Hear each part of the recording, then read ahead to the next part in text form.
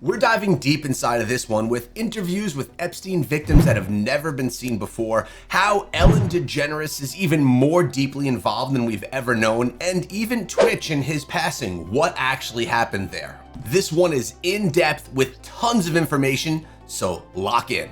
Now let's have a look. Ellen's connection to Epstein and her role in recruiting young actors for his island is finally being exposed. Leaked voice notes and emails showing Epstein using code words for his victims have just come out, and according to one voice note from his victim, Virginia Giuffre, Epstein wasn't working alone. I've talked to many other girls, and a lot of things have happened, okay? So, just take a deep breath. I'm trying. It's just I'm not that type of person. That's why I was so. And I understand that, and that seems to be a case with a lot of people. Okay. This is one of the victims of Epstein that's being asked questions about what went down by authorities. In addition to that, we know that some of the code words that were being used were things like pizza, grape soda, even beef jerky. They need cash quickly, and they fall into this rut. But that's why I'm trying to look into this. But that's why I need you to be totally honest with me. I am being totally completely truthful. honest with you. Okay. So what else happened? And then when he started pleasing himself, he got up and he went over to a drawer and he pulled out this thing, and then he pulled down my and then he started, it was just like this.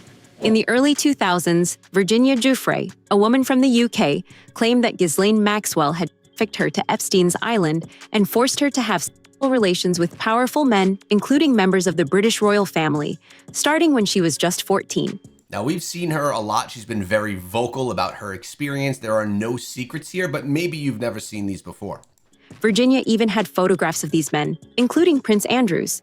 Virginia revealed that Epstein wasn't working alone, and instead had a network of safe houses and elites all over the US, the UK, and the Virgin Islands. Allegedly, Jeffrey Epstein was taking women on his private jet to underground parties and trafficking rings where high-ranking members of the governments and media were present. That this has involved so many people in society, and she's making some good points right here when she states that it wasn't just the high society, it was even the people that were involved in keeping things running for this whole network, like the drivers, like the hairstylists, like the doctors, to make sure that the women were healthy. Or I should say, do you believe that? Do you believe that now is the time that everything being exposed is actually going to have the right outcome happen? Or is it going to be like before? Even though no one else was ever prosecuted, and the Department of Justice says that Epstein was working alone, these leaked files and Virginia's testimony prove that other people were involved. In 2019, a few weeks before the official release of the Epstein files, Virginia revealed on social media that she was receiving threats from unknown sources that warned her of what would happen if she kept speaking out. Virginia had announced that she was writing a book about everyone she saw during her time on Epstein's island and on his private plane. Before she could release the book, however, she was hit by a truck. Although she survived this, she allegedly committed suicide days later. Now, this is where it gets interesting. Shortly before her death, Virginia had actually tweeted about being targeted. The tweet reads, "I am making it publicly known that in no way, shape, or form am I suicidal. I have..." This is crazy because we're seeing a lot of people say these types of things just so they can let everyone in society know that they are actually okay. And if something does happen to them, well, it's not because they did it to themselves. Made this known to my therapist and GP. If something happens to me, for the sake of my family, do not let this go away and help me to protect them.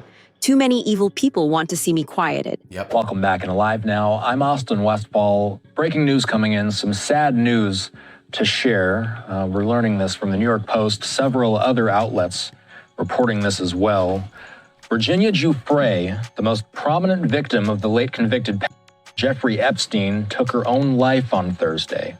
This is just weeks after she made headlines for saying that she had days to live after she claimed to have been hit by a bus. A statement given to NBC News was quoted as such from the 41-year-old's family. It says, "It's with utterly broken hearts that we announce that Virginia passed away last night at her farm in Western Australia. She lost her life to after being a lifelong victim of sexual abuse and trafficking. The New York Post says that Giuffre took legal action against billionaire financier Epstein in 2015, alleging that she was sex trafficked at age 16 after his ex-lover and convicted madam, Ghislaine Maxwell, recruited her from her job as a locker room attendant at President Trump's Mar-a-Lago resort. The mom of 3, according to the Post, also alleged that she was forced to have sex with disgraced Prince Andrew 3 times when she was 17, including at Epstein's Little St. James Island in New Mexico, and Little St. James Island in New Mexico, and in Maxwell's London home, where a notorious photo of her with King Charles' eldest brother was taken. The book Virginia was writing before her death was never completed. I have to say, there is no question in my mind. She is not someone, because of the mission that she was on to try and make everyone pay for their crimes, for her, her family, and all the other women. There is no way that her life was taken by herself. This was definitely something that was done by someone else that was trying to silence her. But part of it was still released. The accusations included in it are part of the reason that Prince Andrews, one of the most powerful people in the British royal family, was later arrested. Believe it or not, but a significant portion of her book actually disappeared right around the time of her death. The part that was sent to her publisher, however, revealed shocking details. It's a harrowing read, and it'll make you feel uncomfortable, but these are the excerpts that stood out for me from the memoir written by the late Virginia Giuffre, which has just been released. In it, she describes being trafficked by Jeffrey Epstein to, quote, a man who raped me more savagely than anyone had before. Now, it's worth noting that in the US edition of the book, she described the man in legal filings only as, quote, a prime minister, and that he had repeatedly ch***ed her until she lost consciousness and, quote, took pleasure in seeing me fear for my life. Giuffre doesn't name the Prime Minister or many of the other men that she writes about in this book. Her co-author, Amy Wallace, says it shouldn't be up to the survivors of abuse out there. It should be the authorities, which is why she's calling for the so-called Epstein files to be released. Giuffre does name Epstein and Prince Andrew, of course, who she says she had encounters with in multiple locations. Virginia's final voice note confirmed what the rumors had been saying all along. Epstein wasn't working alone, and if you speak out against him, you will be silenced. Of course. The Department of Justice isn't telling the truth, and they haven't released the complete files, even though it's been years since Epstein died. Director of the FBI, Kash Patel, was even caught on tape lying about Epstein. He went on Joe Rogan and said that there was no way that Epstein was murdered. Here's what Ghislaine Maxwell, Epstein's most trusted advisor, had to say about this. So you think he did not die by, given all the things we just talked about? I do not believe he died by. No. And do you believe that, do you have any speculation or view of who killed him? This voice note was released in 2024. The FBI and the Department of Justice announced that they were going to release the Epstein files 1 year later in 2025. This announcement sent shockwaves through the entertainment industry. Several emails and voice notes from the Epstein files show that Epstein was using his connections in the entertainment world to recruit young women. Epstein was even part of several modeling agencies and named as a scout. Now, knowing that the files were going to be released in 2025, this was a clear warning to anyone that was involved to prepare themselves so that when this does get released and when they do get implicated in these crimes, that they can be prepared to handle all of those legal allegations. This is why we've seen so many different people from entertainment world actually flee the country, because they're trying to prepare for the release of the files. Now guess, which person fled the U.S. just after this announcement was made? They're losing their minds. She sounded so sincere, didn't she? Very She could sincere. Virtually choke on her words. But the best one for me is Ellen DeGeneres, who is, by the way, a very nasty person. I've had dealings with her in Australia. Could I tell you some stories about that cow? But anyway, good riddance to her. But she was quite friendly with that P. Diddy bloke, wasn't she? Well, this is why I say release the Diddy files. Yeah. Release the Diddy files. Come on, Donald Trump. We want to know whose name. So maybe she's hightailing out of there before all that is thrown at her as well. But what a bunch of hypocrites. This wasn't the only sign that something was wrong. Yep. Shortly after Ellen left the country, her executive producer, Twitch, someone she called her right-hand man committed suicide. Now, this is something that I've touched on in a couple of videos. A lot of people didn't even know about Twitch. He was someone that came through Dancing with the Star. One of the dancing shows where he was a great dancer. He then started working with Ellen on the Ellen Show and then Ellen's Game Show. And he was a very much loved personality on television, very likable, amazing talent. And he did, end his own self. And a lot of people think, one, that it's because he was working with Ellen DeGeneres, someone who was actually awful to work with and maybe beat him down over time. Or two, that he had an inside look as to what was going on with the Epstein files and with the Diddy stuff, and that he couldn't handle it anymore. Or maybe even he was threatened, or maybe he didn't do it himself. In his note to his wife, Twitch allegedly revealed everything. He told her about what he saw when he was working with Ellen, things that involved powerful people, including names he never expected to be associated with that kind of darkness.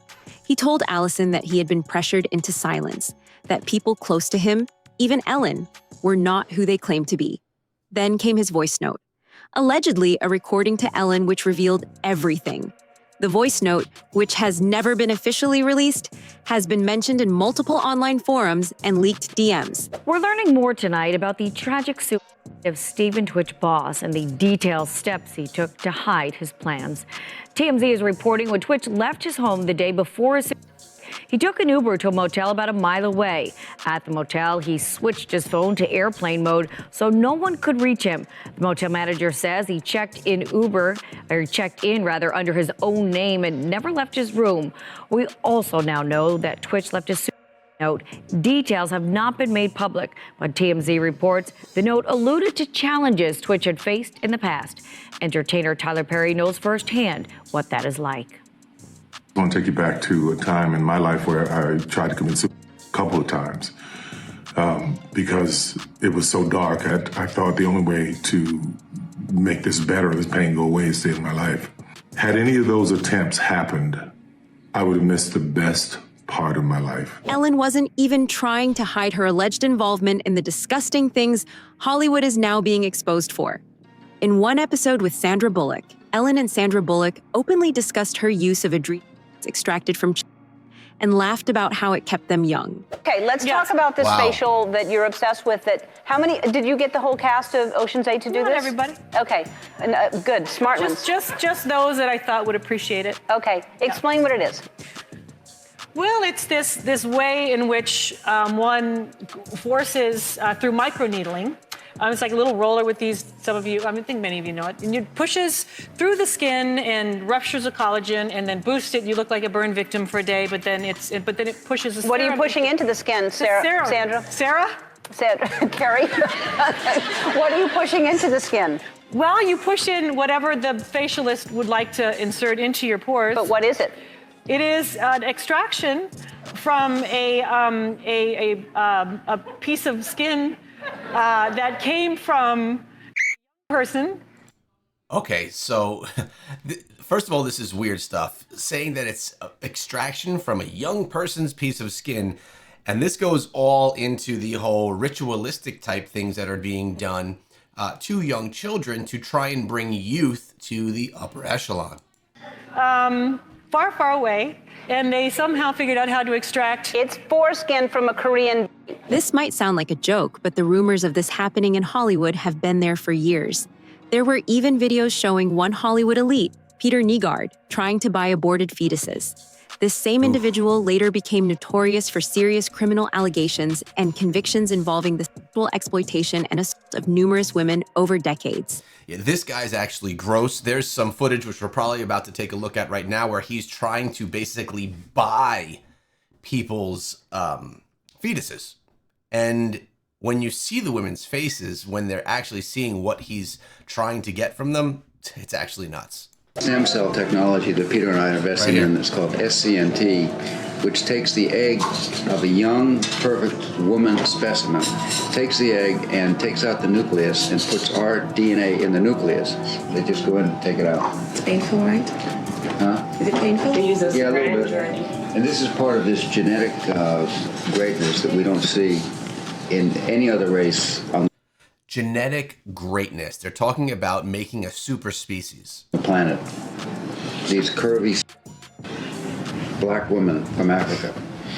You girls have a kind of a monopoly on this genetic perfection, and we want some of that. This is crazy because he's literally saying that he wants some of the black woman curviness perfection, and they want to use the genetics from that to enhance their spawn or themselves moving forward.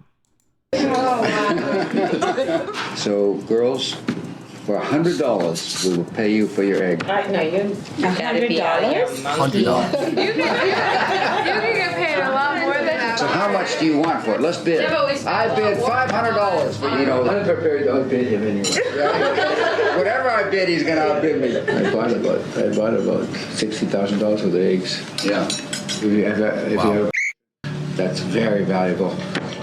Umbilical cord, placenta, even your period blood is so rich with stem cells.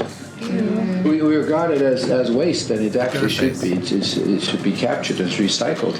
The recently released emails from the Epstein files show Jeffrey Epstein was interested in genetic medicine.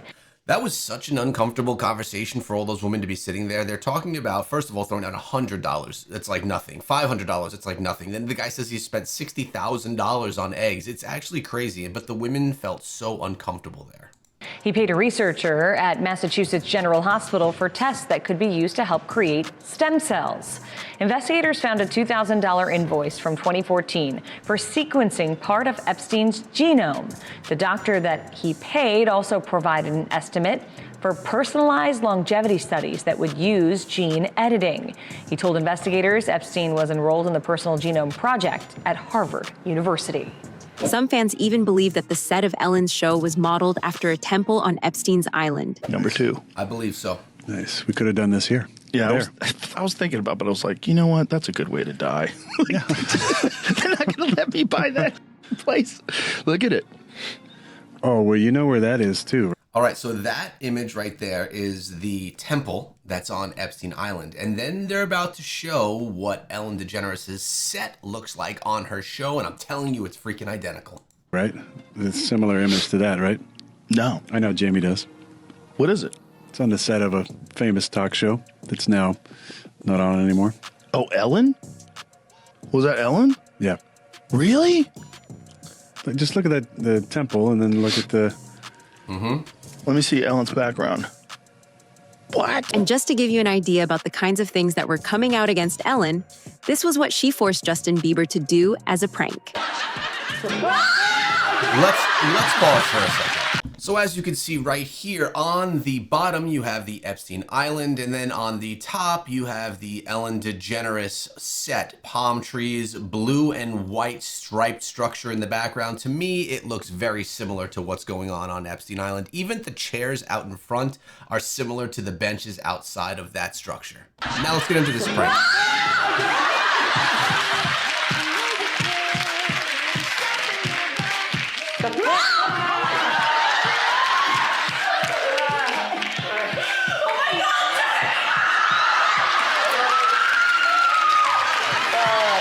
This was also when Ellen's nice guy persona was starting to crack.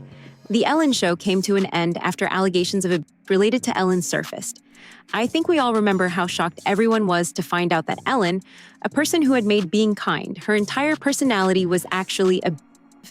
Ellen apologized for her behavior, and during her apology, even forced Twitch to be on the show. Like a lot of people saying that someone who seems so nice is not nice at all. She doesn't seem nice, but that's people have a very poor judge of character. She doesn't seem nice. It seems forced.